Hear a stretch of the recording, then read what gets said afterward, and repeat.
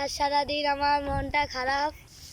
Hello guys, আপনারা দেখতে পাচ্ছেন কি সুন্দর ধান। হ্যালো, আসসালামু আলাইকুম গাইস। সকলের কি অবস্থা? আশা করি সকলে অনেক অনেক ভালো আছেন। তো অনেক দিন যাবত ব্লগ করা হচ্ছে না, তো আজকে সুযোগ পেয়ে চলে আসলাম ব্লগিং করতে। দেখুন গাইস, অলরেডি ধান কাটা শেষ। এখন প্রকৃতি আবারও নতুন রূপ ধারণ করেছে।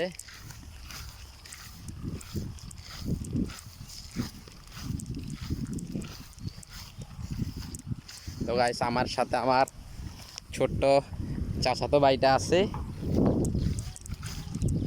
সে তার সানগ্লাসটাও নিয়ে আসছে।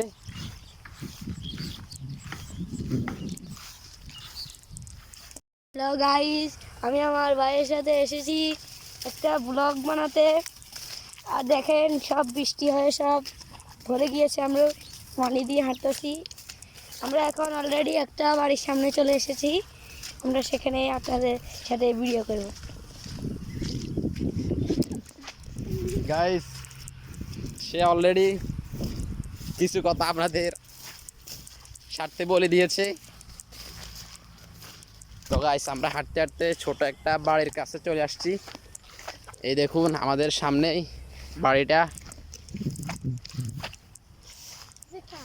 দেখুন অলরেডি পুরা ক্ষেতটা ফাঁকা, আর কোনো ধান গাছ নেই। একদম সব কিছু সবুজ হয়ে গেছে। এখন এই মুহূর্তটা অন্য একটা ফিলিং দিচ্ছে। আমরা হাঁটতে হাঁটতে অনেক দূর চলে আসছি।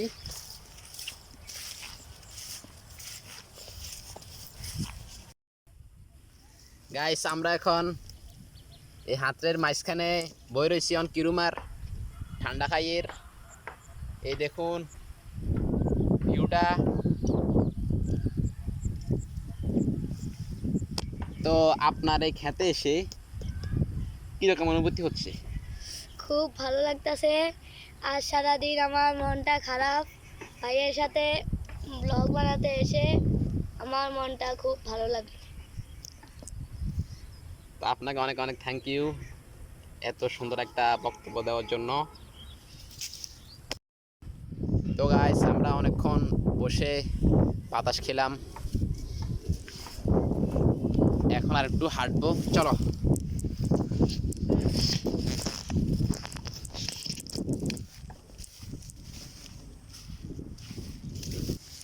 হ্যালো গাইস, আপনারা দেখতে পাচ্ছেন কি সুন্দর ধান। ধান গাছগুলো কেটে ফেলেছে, তাই আবার ঘাস উঠেছে। এখন আবার ধান হয়েছে, ধানগুলো পেকে গিয়েছে। এখন এগুলো সিদ্ধ করলে পাতরান্দা হবে। আপনারা কি খেতে চান? খেলে চলে আসেন।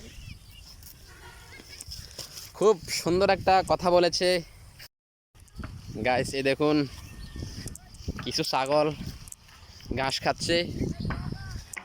তারা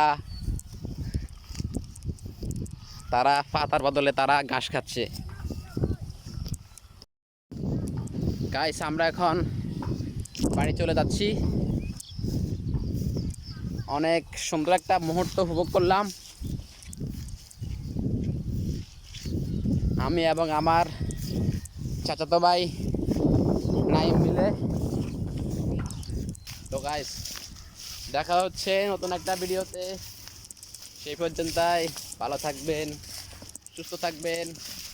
আল্লাহ হাফেজ।